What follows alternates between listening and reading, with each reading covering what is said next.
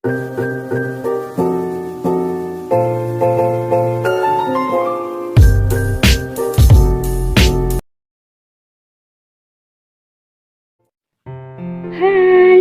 Assalamualaikum. Apa kabarnya hari ini anak-anak? Ibu harap kalian semua dalam keadaan sehat walafiat. Nah, jadi kita hari ini akan belajar pada tema 1, subtema 2, pembelajaran 1, yaitu tentang perkembangbiakan hewan secara generatif. Tahukah kamu cara perkembangbiakan pada hewan? Ya, betul sekali. Sama seperti tumbuhan, hewan juga berkembang biak secara generatif dan vegetatif. Apakah itu generatif dan apa itu vegetatif? Generatif artinya perkembangbiakan secara kawin, yaitu melalui proses pembuahan. Sedangkan secara vegetatif yaitu perkembangbiakan secara tidak kawin, tanpa melalui proses pembuahan. Hari ini kita hanya akan membahas mengenai perkembangbiakan secara generatif pada hewan. Nah, yang pertama yang akan kita bahas yaitu berkembang biak secara bertelur. Bertelur disebut juga dengan ovivar. Ingat ya, telur bentuknya bulat. Jadi bertelur disebut ovivar. Perkembangbiakan ini dimulai ketika hewan betina yang memiliki ovum atau telur bertemu dengan hewan jantan yang memiliki sperma. Kemudian, setelah ovum dan sperma bertemu, terbentuklah zigot yang akan berkembang menjadi embrio dan akan membentuk individu baru. Proses berkembangnya embrio ini terjadi di dalam telur. Nah, kita perhatikan bersama-sama yuk proses perkembangbiakan ayam berikut ini, agar kamu lebih mudah memahami perkembangbiakan hewan secara ovivar. Nah, sekarang kalian sudah paham kan bagaimana proses perkembangbiakan hewan secara ovivar? Sekarang kita akan membahas mengenai ciri-ciri hewan yang berkembang biak secara ovivar. Sebenarnya ciri-ciri hewan yang berkembang biak dengan ovivar ada banyak, tetapi yang paling mudah diingat yaitu tidak memiliki daun telinga dan mengerami telurnya.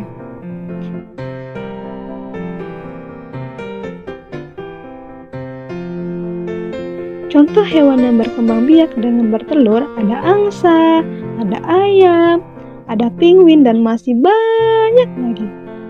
Nah, sekarang kita lanjut ke perkembangbiakan yang kedua, yaitu melahirkan. Melahirkan disebut juga dengan vivipar. Sama seperti perkembangbiakan ovivar, perkembangbiakan vivipar dimulai dari ovum yang bertemu dengan sperma. Bedanya, pada perkembangbiakan vivipar, hewan berkembang biak secara internal di dalam rahim induk betina. Embrio akan terus berkembang dan terus tumbuh di dalam tubuh induknya sampai mereka siap untuk dilahirkan. Hewan yang berkembang biak secara vivipar biasanya adalah mamalia. Contohnya adalah paus. Ingat ya, paus tidak bertelur tetapi melahirkan. Hewan yang berkembang biak secara vivipar ciri-cirinya mudah sekali untuk diingat. Yang pertama yaitu memiliki daun telinga yang terlihat jelas. Kemudian, hewan ini menyusui anak-anaknya. Contoh hewan yang berkembang biak secara vivipar yaitu kambing, kelinci, sapi, kanguru, kuda, dan masih banyak lagi. Nah, bisakah kamu menyebutkan contoh lain dari hewan yang berkembang biak secara vivipar? Tuliskan jawaban kalian di kolom komentar ya. Nah, sekarang perkembangbiakan yang terakhir, yaitu ovovivipar. Apa itu ovovivipar?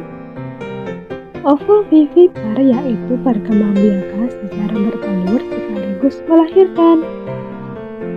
Nah, perkembangbiakan ini yaitu memadukan antara bertelur dan melahirkan.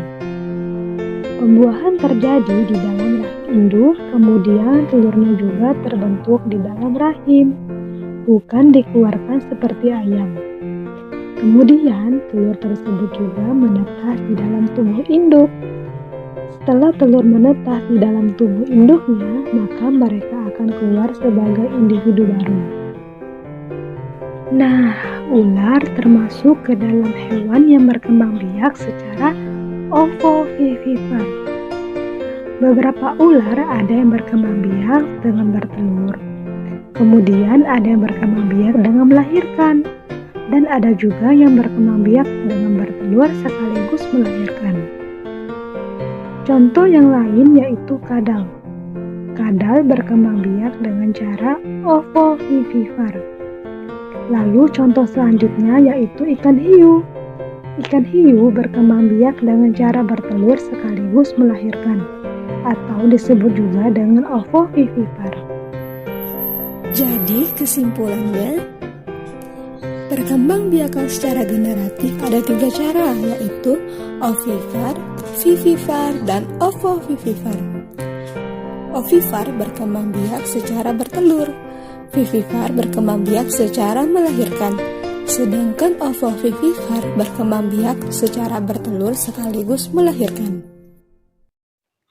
Nah, setelah mendengarkan penjelasan Ibu tadi, apakah ada yang bisa menceritakan kembali mengenai materi yang sudah kita pelajari tadi?